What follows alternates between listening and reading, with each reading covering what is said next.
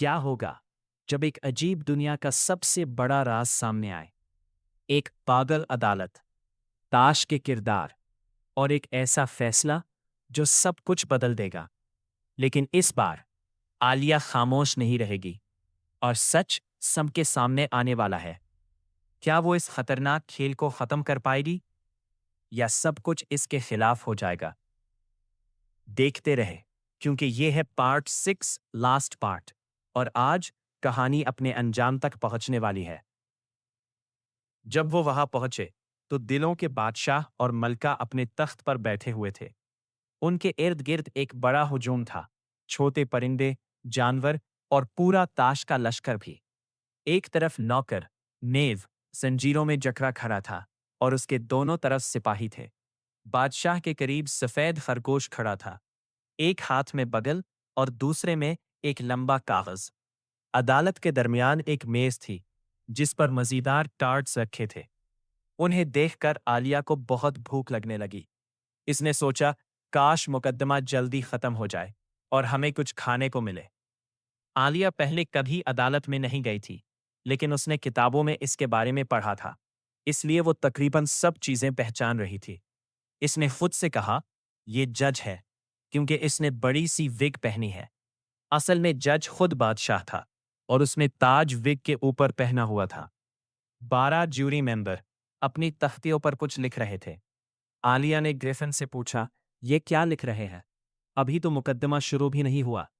Griffin نے کہا، یہ اپنے نام لکھ رہے ہیں تاکہ بھول نہ جائے۔ عالیہ نے غصے میں کہا، کتنے بے وقوف ہیں، لیکن فوراً خاموش ہو گئی کیونکہ خرگوش نے کہا، عدالت میں خاموشی۔ بادشاہ نے کہا، انضام پڑھا جائے۔ سفید خرگوش نے بگل بجایا اور پڑھا، ملکہ نے ایک دن ٹارٹس بنائے اور دلوں کے نوکر نے وہ چوری کر لیے۔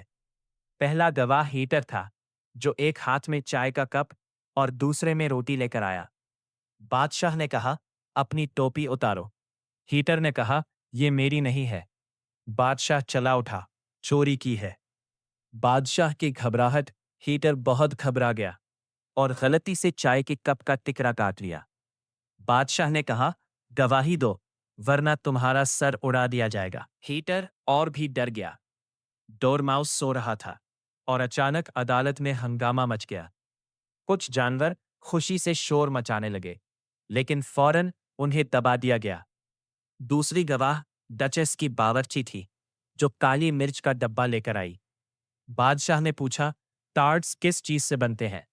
اس نے کہا، زیادہ تر مرچ سے۔ پیچھے سے آواز آئی، گڑ سے۔ ملکہ چیخ اٹھی، اس ڈورماؤس کو پکڑو، اس کا سر کاٹو۔ کچھ دیر کے لیے عدالت میں مکمل ہنگامہ ہو گیا، پھر سب کچھ دوبارہ نارمل ہوا۔ آخر میں سفید خرگوش نے اگلے گواہ کا نام پکارا اور چیخ کر کہا، عالیہ، یہاں۔ عالیہ نے زور سے کہا۔ وہ اتنی جلدی میں اٹھ کھڑی ہوئی کہ اسے یاد ہی نہ رہا کہ وہ کتنی بڑی ہو چکی ہے۔ اس کے کپڑے کے کنارے سے جیوری کا ڈبہ الٹ گیا اور سارے جیوری ممبر نیچے گر گئے۔ وہ ہر طرف پھیل گئے جیسے سونے کی مچھلیوں کا۔ عالیہ گھبرا کر بولی، اوہ، مجھے معاف کرے، اور فوراً انہیں اٹھانے لگی کیونکہ اسے لگا اگر انہیں واپس نہ رکھا تو وہ مر جائیں گے۔ بادشاہ نے کہا، مقدمہ اس وقت تک شروع نہیں ہوگا جب تک سب جیوری اپنی جگہ نہ آ جائے۔ عالیہ نے دیکھا کہ اس نے غلطی سے ایک چھپکلی کو الٹا رکھ دیا تھا۔ وہ اسے سیدھا کر کے رکھتی ہے اور سوچتی ہے، ویسے بھی اس سے کوئی فرق نہیں پڑتا۔ جیوری دوبارہ بیٹھ گئی اور فوراً لکھنے لگ گئی، سوائے چھپکلی کے جو بس منہ کھول کر اوپر دیکھ رہی تھی۔ بادشاہ نے پوچھا، تم اس معاملے کے بارے میں کیا جانتی ہو؟